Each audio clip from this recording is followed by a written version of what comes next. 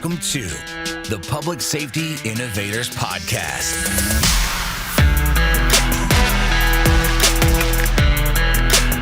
Connecting you with experts and trendsetters who are leading innovation in law enforcement, private security, and personal protection.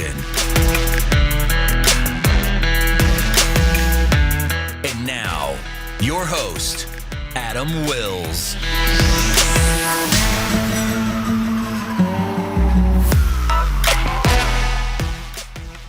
Welcome to episode 31 of the Public Safety Innovators Podcast. Today we are going to talk about a groundbreaking technology that creates a seamless connection between critical infrastructure and public safety. Imagine with me for a second a scenario where a critical incident occurs inside a large office building. Before the caller can even finish giving their information to dispatch, you have an exact location of the incident, maps of the building, access to monitor security cameras, and the ability to remotely lock and unlock doors. Sounds like something that might save a lot of lives and mitigate risks encountered by first responders, doesn't it? 911 Inform is the first technology of its kind to do exactly that and more for businesses, schools, event venues, hotels, hospitals, and many others. Best of all, it's free for your agency and dispatch center to access and use. All right, let's find out more during this engaging interview with Ivo Allen, CEO and founder of 911 Inform.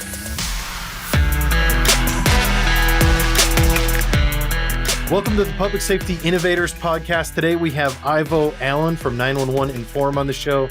Ivo, welcome to the Public Safety Innovators Podcast. Thank you. It's nice to be here. Yeah, it's awesome to have you on. You are with 911 Inform, not to be confused, by the way, with a past podcast guest, Live 911. So we want to make sure we draw that distinction. But we're going to talk about 911 Inform and the awesome technology you guys have for protecting enterprise businesses, large business locations, things like that. Why don't you tell me more about the problem you guys are solving at 911 Inform? So 911 Inform is an overlying layer to the existing 911 system. So we provide real-time situational awareness, command and control for police and public safety during an emergency. So, and if you think of it, so this is a part we definitely have to edit out. The 911 Inform started when I saw a deficiency in what police had for real-time situational awareness during an event. There was a lot of notification companies out there. There was a lot of technology, but nothing gave the police real-time actionable data and command and control into that infrastructure during that emergency. And 911 Inform was built to solve that. So, during any kind of emergency, we're giving the police the real-time video with less than a half-second latency without having to log on to any NVRs or cameras. We're giving them building controls to doors, HVAC, fire alarm systems. Basically, everything in that building that we touch, the police have access to and control it during that emergency. So essentially, you're integrating with the existing hardware technology that is already on these premises, the security cameras, locking mechanisms, that sort of thing, and then creating a seamless integration that allows first responders to be able to take command and control over that in order to control the scene a little bit, make a safer scene, or at least have some situational awareness prior to their arrival. Is that right? Yeah, and if you think of it, we take it a little bit further. So if you look at, let's say, a hotel, for example, if there's an emergency, not only are we showing the police what room it is, what floor, but we're directing them to the quickest access point into that building to get to that hotel room or to that event. So a lot of times, if you have a large enterprise, a large building, the front door isn't the quickest way to get to that emergency. Yeah. So our system is saying, okay, what are all the doors that are electronically controlled, and what is the quickest way to get to that emergency? And we route the police specifically to that. So if you think of a traditional 911 call where the police are now just getting the address off the Annie Alley and they're showing up the front door, we're directing them through a campus environment to a back door that can be controlled, and the quickest way to get to that emergency. So if that's a door, let's say that quickest access point to get to where the location of the incident is, if that door is normally locked most of the time, your system can allow them to override that and gain access through that door so that they can mitigate whatever the public safety threat is.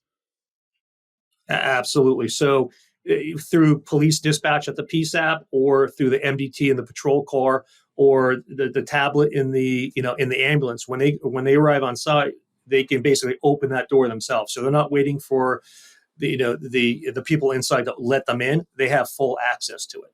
And then if you think of you have a barricade situation, or a situation where you have multiple people entering the building simultaneously, we can coordinate that automatically and open all the doors simultaneously, so all the teams can enter the building at the same time. And again, now they're not, I know SWAT is SWAT. They always want to, breach a door because that's what they're trained to do. But now, we can open the doors for them silently. Exactly. I would do it too, honestly. But, this way they can open all the doors.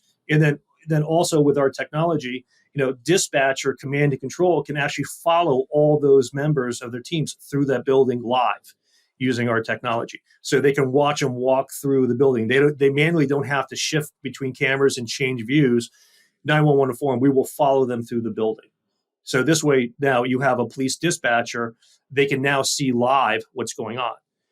And just think of, every emergency that happens every day. Someone calls 911.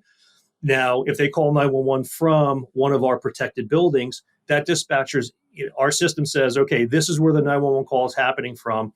And basically, this is the camera that's covering it. And we're automatically popping up that display so that dispatcher has a live view of the person they're talking to on the phone automatically. And dispatch doesn't have to do anything. They don't have to log on. They don't have to access the site. Everything's presented to them in seconds.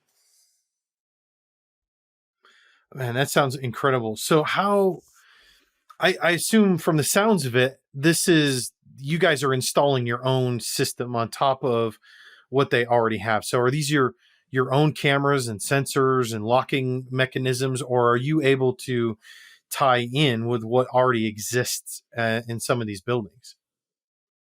Well, and that's the key, because there's a lot of companies out there that have innovative technology, but you have to buy their hardware, right? You have to buy their cameras, you have to buy their panic buttons, you have to buy their technology. Just think of a school or a building. They've already spent millions of dollars on infrastructure. And now to make that building safer, they have to spend, they have a huge forklift in replacing equipment they already bought. So, 911 forum, our goal is to connect with everything that they already have. So to date, there hasn't been anything other than an analog camera. We can't talk to, the analog cameras. It has to be an IP camera. Right.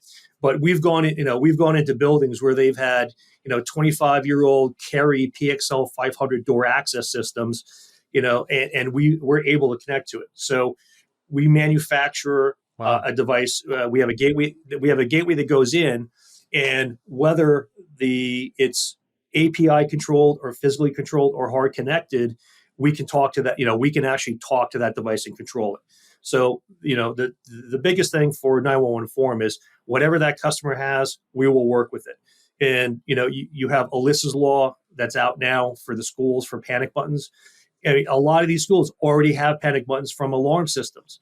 And now everyone else is coming in and saying, okay, well, now you have to buy all these new panic buttons. Well, with 911 forum, we'll connect with the system they already have. They don't have to, they don't have to replace panic buttons. They don't have to replace any of the technology they have.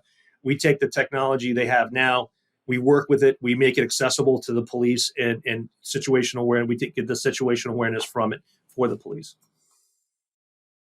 So what exactly is it that Alyssa's law is requiring now? Is that just a new panic button system? Explain that to me more. I'm not readily familiar with what those new challenges are that are presented with Alyssa's law.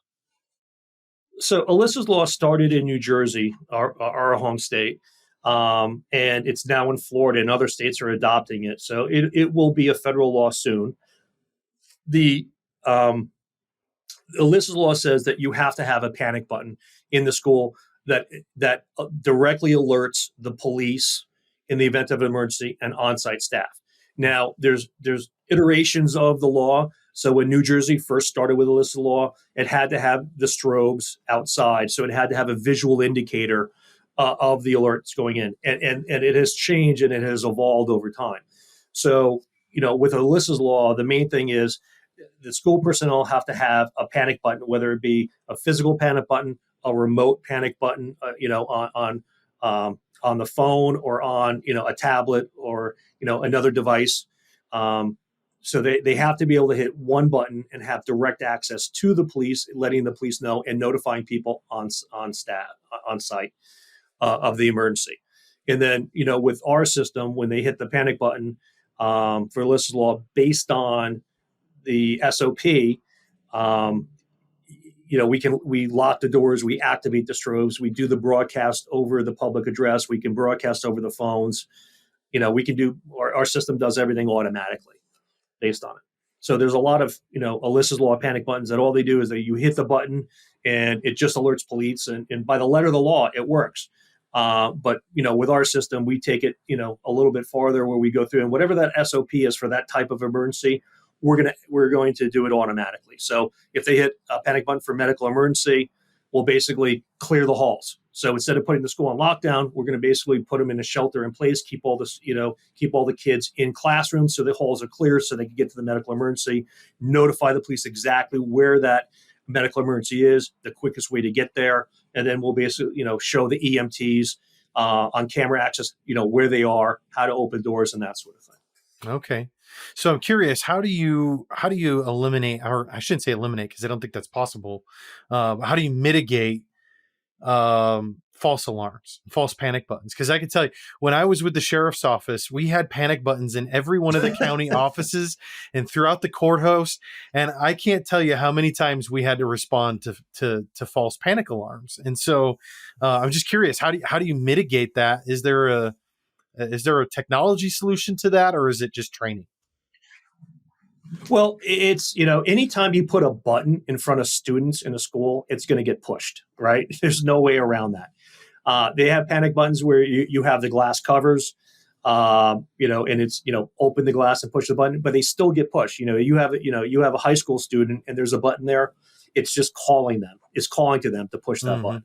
So, with Alyssa's law, what I like is, we put panic buttons on the phone. So they're on the phone handsets. So they're not directly the panic buttons on the wall that are, that a student can come up and push. You can have them under the counters and that sort of thing. But if you think about, Alyssa's law, it's designed for public safety, and having a button in the main office under the desk, it's very rare that that's going to get pushed. I mean, you want one in the nurse's office. You want one in the guidance counselor's office. You want one in the print. You want to distribute those buttons throughout that building. And by putting the buttons on the phones, one push buttons on the phones, or even, having codes on the phone, be able to dial *77 for a medical emergency or, any type. I mean, that's really is where it's making Alyssa's law effective. Makes sense. So am I understanding correctly then 911 Inform at its core it's a software solution, or kind of a mixture of software and hardware? So it's software and hardware. We are hosted in AWS GovCloud. We have a localized gateway device that connects the infrastructure in that building into our AWS GovCloud, and then all the alerts and everything are delivered to the PSAP through our partnership with Rapid SOS. So right now, we're in 4,900 PSAPs across the country. So, and our model is, we're free to the police. There's a lot of companies out there that have, a lot of good technology, but they sell it to the end users and they sell it to police. All of our technology, everything that we develop, everything we come up with is always free for police. They can use it. There's no charge for them. There's no charge for training. There's no charge for any of it. It's free. And that's how we get that's how we get a lot of take rate from the police on it, because a lot of companies are out there and they have a great solution, but the police don't have the budgets. Look what's going on with all the budgets that are getting cut to spend money on a new technology. Just a lot of times isn't in the cards for them. So we basically, our model is everything that we develop, everything that we do is always free for public safety to use. So who becomes your kind of main point of contact then, when you guys are reaching out, trying to get businesses, or whether it's schools or businesses or whatever it may be, to adopt this technology? Are you reaching out directly to those businesses, or are you reaching out to the PSAPS, the law enforcement agencies? Maybe it's all of that to some degree, but what does that model look like for you guys, and how you get your system integrated into as many locations as possible? Well, our first point of contact is we always go to the police. Because the police have our have access to 911 form already, right? But most of them don't know about it. So we contact the police in a given area. We also, in that same area, we might have an interest from a school district, from a county or a town, and then they might reach out to us, inquiring about Alyssa's law or some of our safety solutions, and then we go to the police and let them know. So it's really a two-tier approach. We go after the businesses. Schools are, like to say, the low-hanging fruit of the public safety, because there's such an initiative with all this, with the shootings and that sort of thing. So we reach out to the schools, we reach out to both the police, and then also, the county officials, the mayors in the towns. You think of any town that you have a public venue where you have people congregating. Our software is designed, to protect that environment. So there really isn't, any secret sauce to, there's one touch point and you automatically get everyone in that area. It's a combination of, all of it, reaching out to everybody and making, public awareness in our product. That's the key, letting everybody know what we have, what we can offer, and how we can protect them. So how many states right now, nationwide, are you guys actually involved in? Maybe it's all of them. I don't know. Yeah, I mean, we are, we launched 2 years ago, primarily in New Jersey. Okay. Because, and part of that is, we did testing and development for 2 years in New Jersey in schools, before we ever went live. So it was important for us that when we went national, we had every situation accounted for and every possible combination accounted for. So we spent 2 years going into schools and police departments in New Jersey, and then also, in Colorado, in Florida, different agencies, talking with them and testing. So we had the product down. So, where we felt comfortable that we could walk into any situation, any combination of cameras, phone systems, door access systems, fire alarms, that sort of thing, and be able to just be plug and play. So, with New Jersey, we're probably in about 17 states now, that we have that we're working with now. But, every day we're getting calls from, all over the country. So there isn't one state, that I can say is, hasn't reached out to us yet. But I am waiting for that, that call from Hawaii. So anyone that's listening to this podcast in Hawaii that wants me to come in and demo 911 and forum, I will be more than happy to do that for you. Yeah, that's something that you're not going to delegate, right? No. No, I know that a few of my guys would want to do it. Yeah, no, but if going into Hawaii, and that would be the one place that I would do myself. And get dirty hands, screwdriver, just do it all myself. There you go. I can't blame you. So I'm curious, I guess, if I'm understanding correctly, the bulk of the responsibility and the cost on actually integrating the system is on the business owner. Or is that, or in some cases the school or the local government that's putting it in? Yeah. So, I mean, and we're not, a lot of people look at our technology and think it's going to be really expensive, and it's not. We charge an annual fee, a subscription fee for our service, and then we charge a one-time setup fee. We're installed through a VAR network, so we have some of the largest resellers in the country selling and installing our product. And that was important for us because going into all these different businesses, to knock on a door and get through the gatekeeper, we're just another product. We're like everybody else trying to sell it.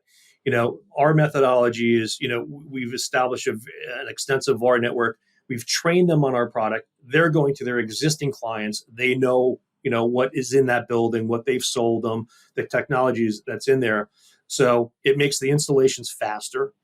It makes the deployment, and the customer to adopt our technology much easier, because now they're dealing with a vendor that they've already talked to, installed technology, and that vendor understands it, knows everything that's in there. So it makes it easier all around.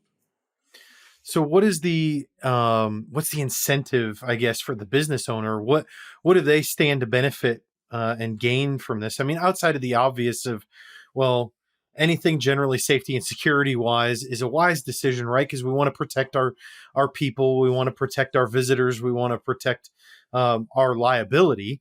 But beyond that, is there anything specific, maybe related to the technology itself and advantages that they have to using a system like this to give them even greater awareness as a business owner?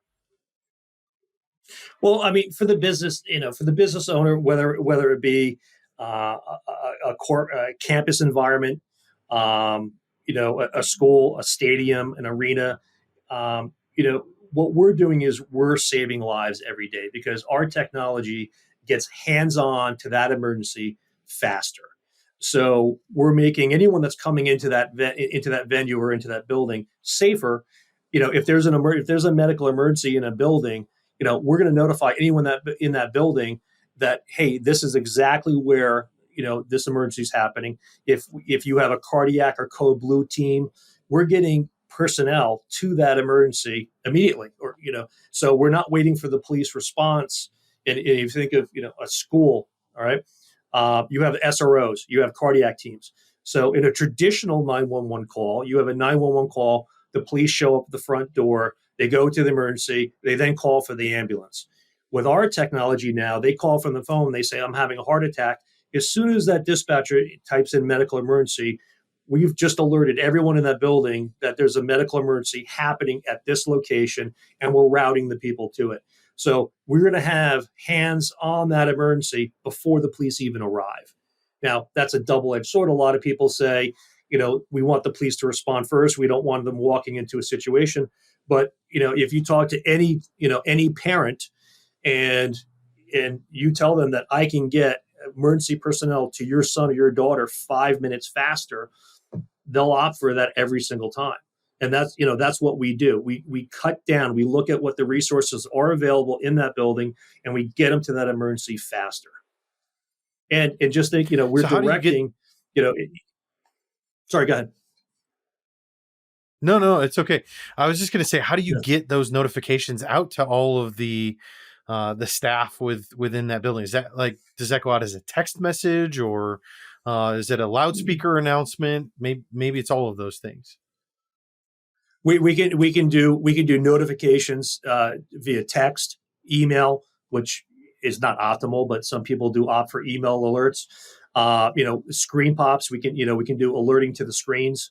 We can do alerting on phones. We can do basically all methodology, or all, no, that's wrong.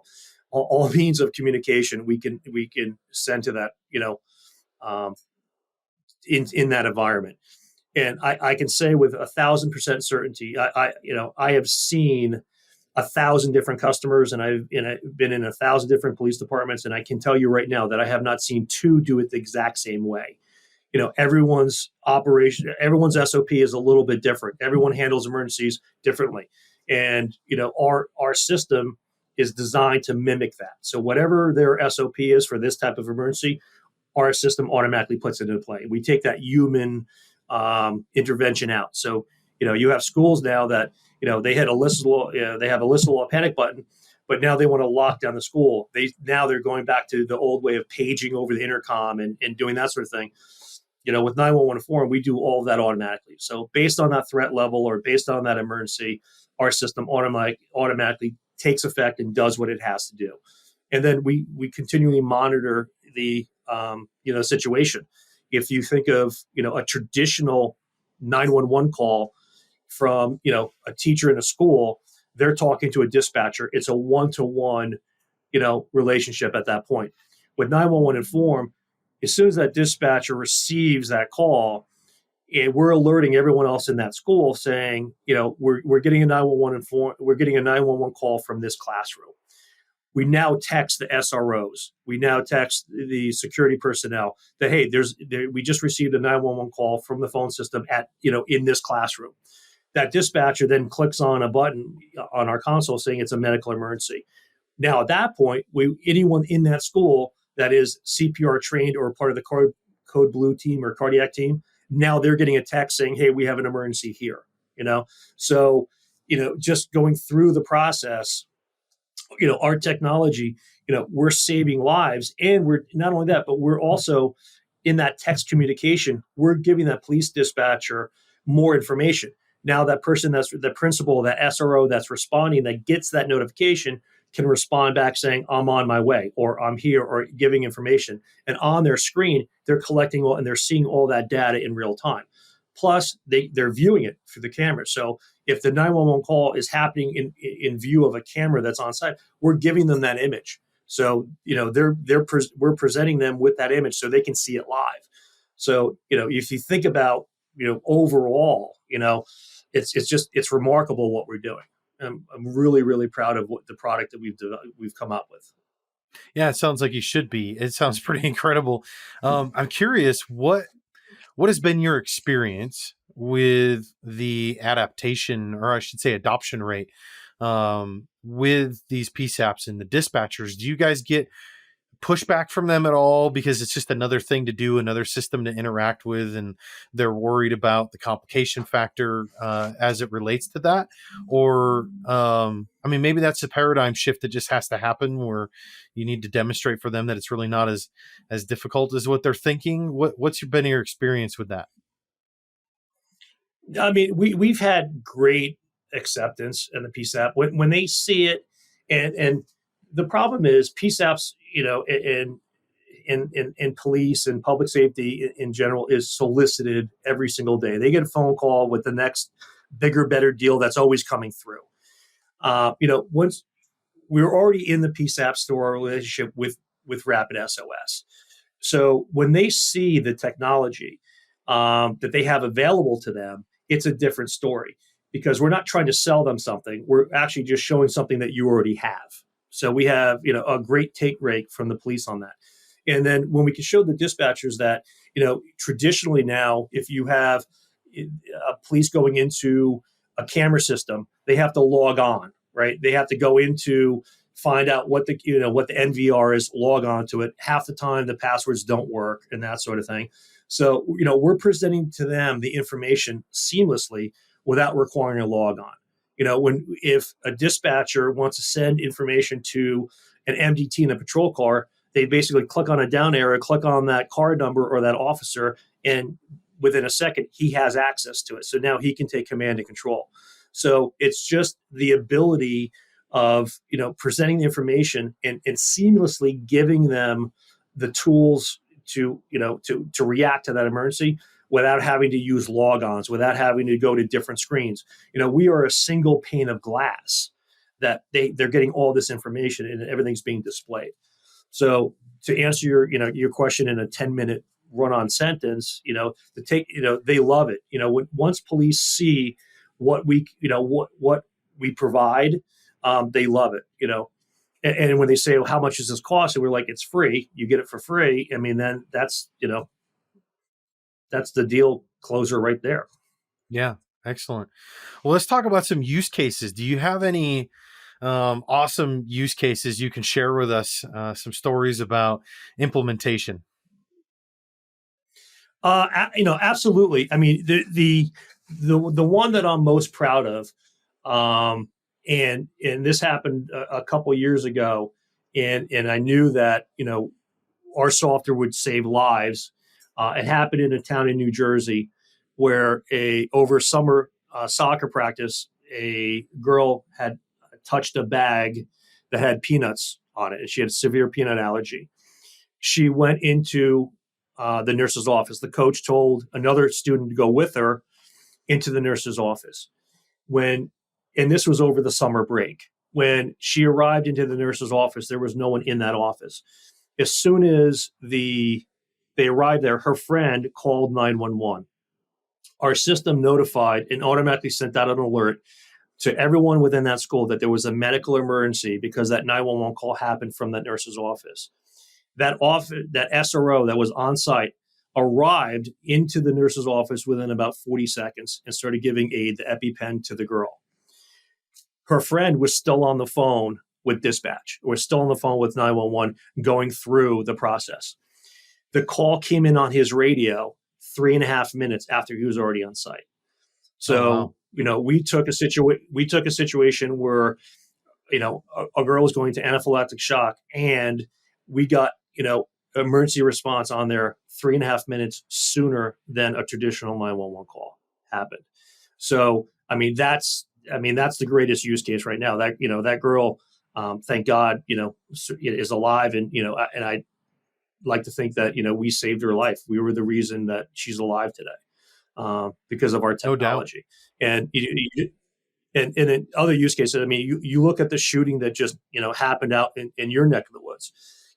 With our ability, if you think of traditionally now, what happens is someone's in the parking lot with a weapon. They call 911, and then now that the police have to then reach someone at that building to try and lock it down, or to stop them from gaining access in that building.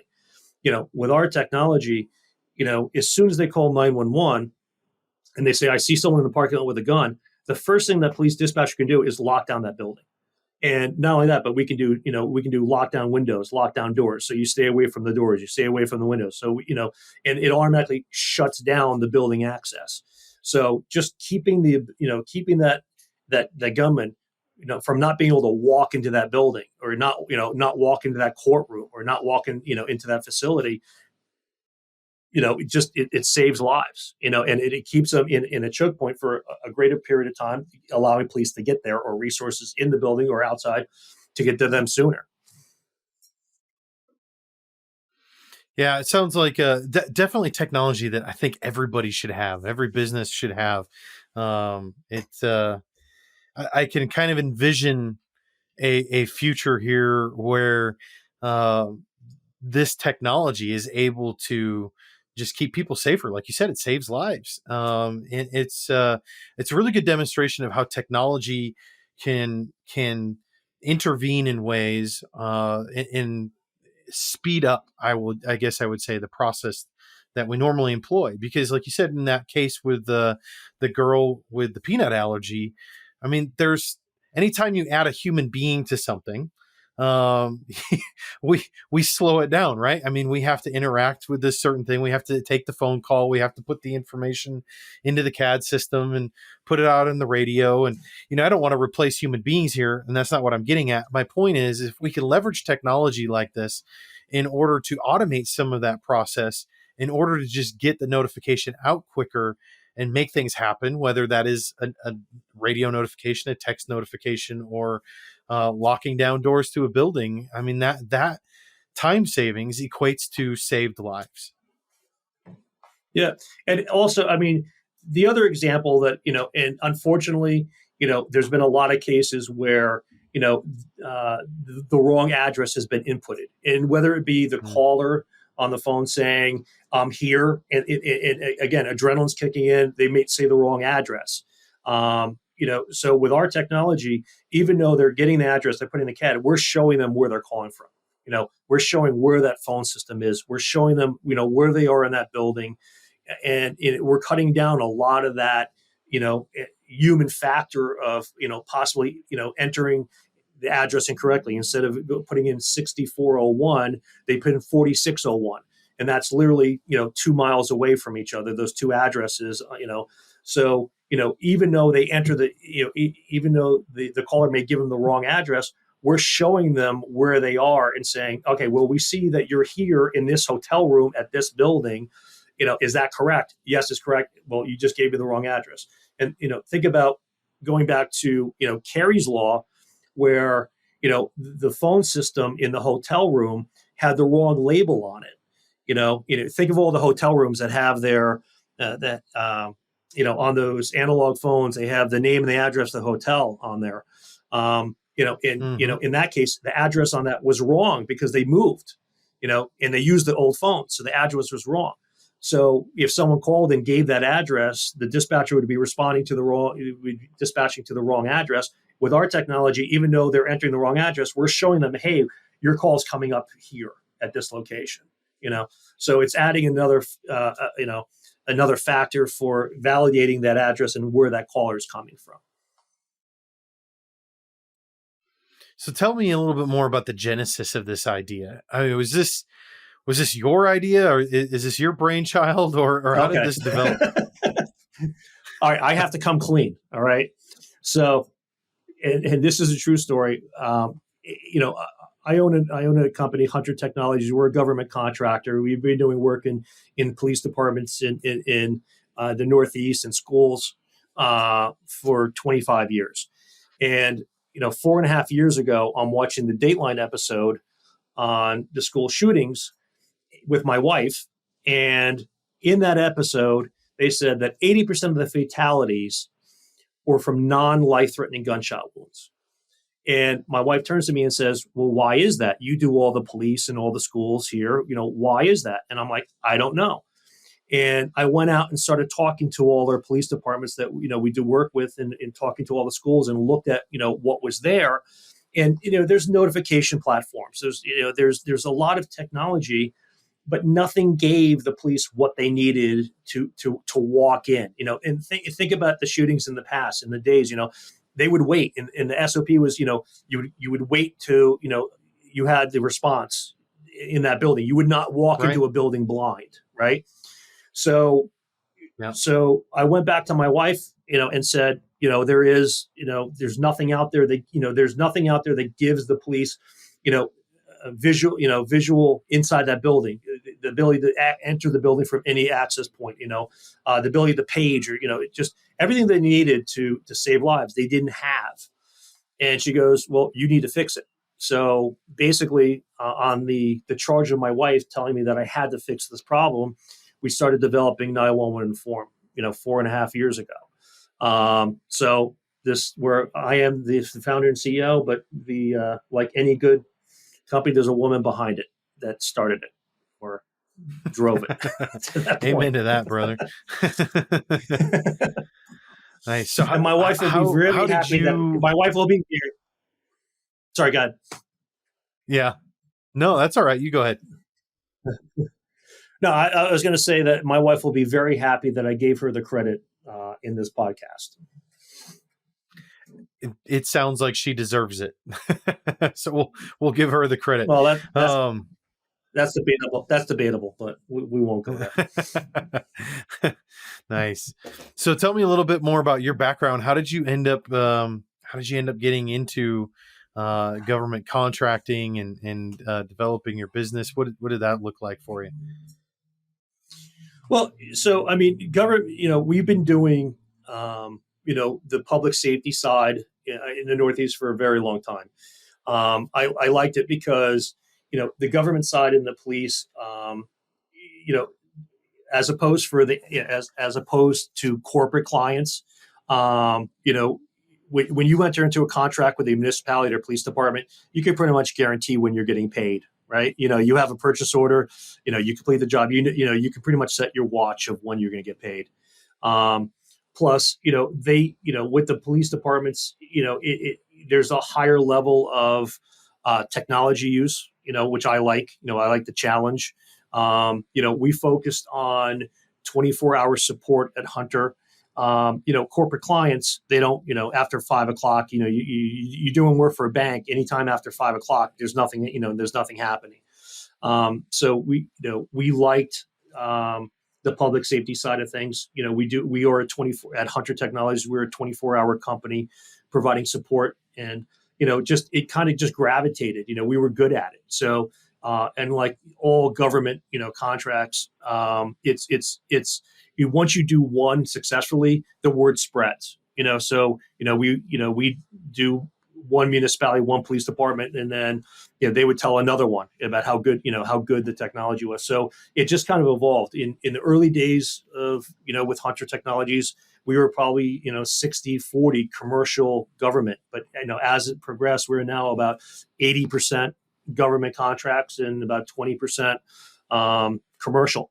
And it was that looking at everything that we do in the Northeast for the public safety that led us to develop 911 Inform. And that and I So think that what's gave us a lot of insight in what. Sorry, go ahead.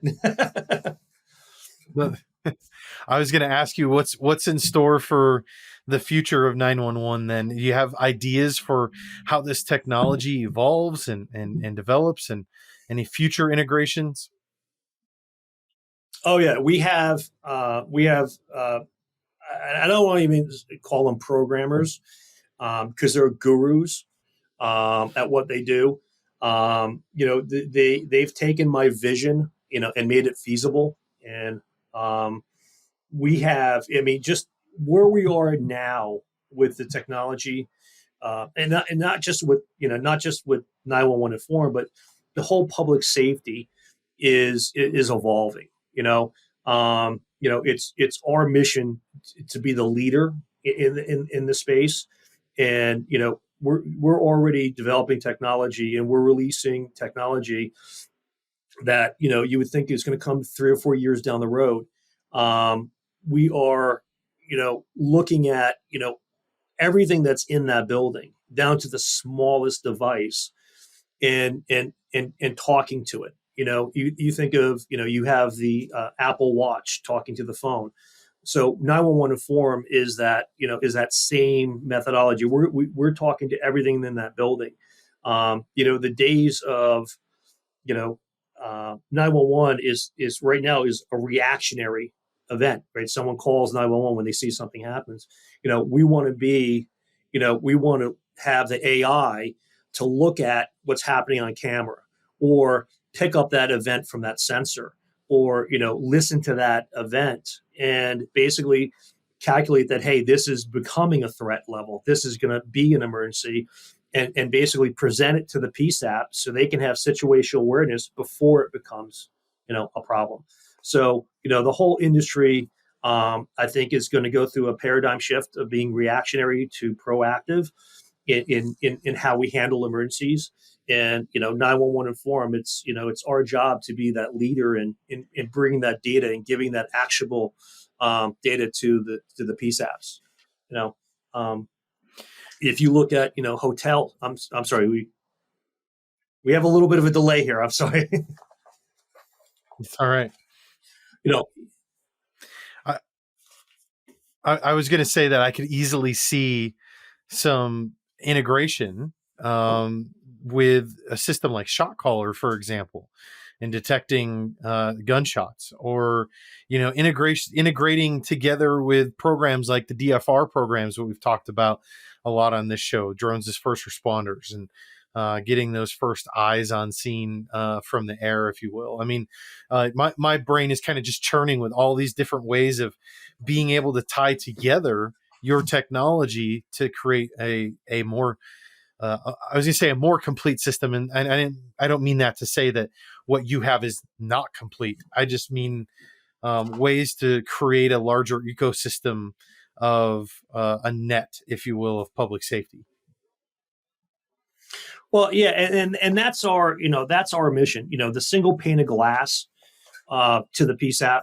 You have right now a lot of great companies out there doing a lot of specific things. From the shot detection, weapon detection, audio shot, detection. I mean, there's a lot of different companies that are doing a lot of different things, and it's about getting that information to the appropriate person as quickly as possible. A lot of these companies that are out there, have call centers. This will go in, they detect something, it goes to the owner of that building or it goes to the call center, then they have to call, or they have to look at it. With our technology, and we interface, with a lot of companies that do this. And it's what we're doing is we're saying, and we're taking that input and we're sending it to the PSAP in our single pane of glass, showing them not only showing them the image that took it and the photograph, but we're also showing them live footage so they can actually see what's happening in that area and what's going on. So all of that technology, we interface with. We have, I think we're over 40 or 50 integrations now, where we're taking technology and we're passing it along. And that's, and again, it's about speed of, it's about speed of action. If you take an input and it has to go to someone or in that building to decide whether it's a threat or not, you just added minutes to that response time.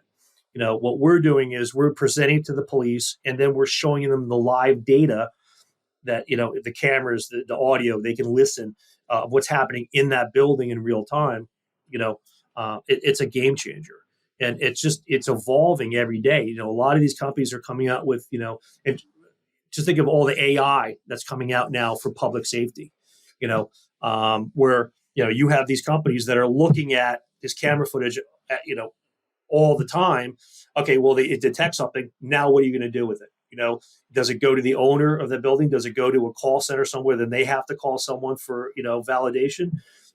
It's with the AI now, it's just, we consider this a threat at a certain level. Then we're going to send it to the PSAP. We're going to let them make the decision. We're going to let someone that deals with emergencies every single day, let them make the decision. We're working with, a couple different companies in, when we receive, that location of the XY coordinates, we're sending those coordinates to the drone. So this way you'll have, exactly what you said, you will have, the eyes on site automatically, which is harder than you think because the FAA doesn't like to give autonomous drone operation to a lot of people. That's the biggest challenge there, but it's changing, it's evolving, but that's what we're doing. We're on the forefront of, changing this technology. Incredible. Well, do you have anything, Ivo, for closing closing thoughts or anything that you wanted to cover on the show today that we didn't get a chance to cover? No, I mean, I think I think we covered a lot. I think the main thing is, this entire market is changing as all industries in technology, as in this day and age, things are changing rapidly. And I think traditionally, public safety has lagged behind in a lot of the technology in a lot of areas. Our mission at 911 Forum is to be is to bring all that technology seamlessly and easily, into the police. If you give the police something that will save lives, but is very complicated and time consuming to use, it's never going to get used. It's about presenting the data seamlessly to the right people at the right time, and that's where we're going. That's what we're built on, and that's where we're heading. Excellent. Well, why don't you let everybody know how they can connect with you if anybody wants a demo or they just want to find out more information, or maybe they just want to connect and hang out with you on LinkedIn. Tell everybody how they can find you. How do they get a hold of you? 911inform.com. That's the easiest way on there. We have demos online. And we have, a great team out of Colorado, our office out in Castle Rock. That we are literally doing, demo after demo every single day. And what I like to tell everyone, there's a lot of people out there that talk about solutions.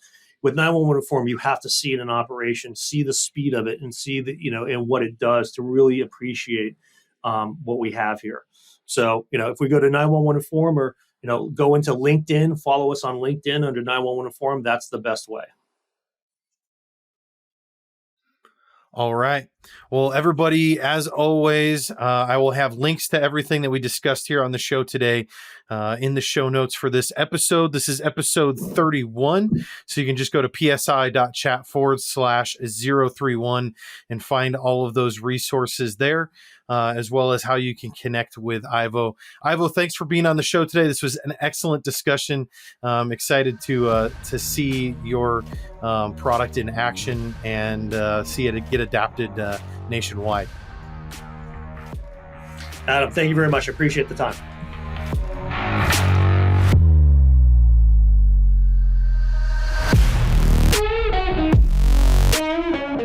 Hey, thanks for sticking around till the end of the show. If you enjoyed this episode, please consider leaving a review at psi.chat/review. I would love to hear your feedback, and it will also help other public safety innovators like yourself find the show. Be sure to check out the show notes for this episode. Just go to psi.chat, click on episodes, and search this episode number, and you'll find all the links, descriptions, and resources we talked about. And if you haven't already, make sure you subscribe, and you'll be notified when the next episode is live. Thanks again for tuning in, and I'll catch you guys on the next episode.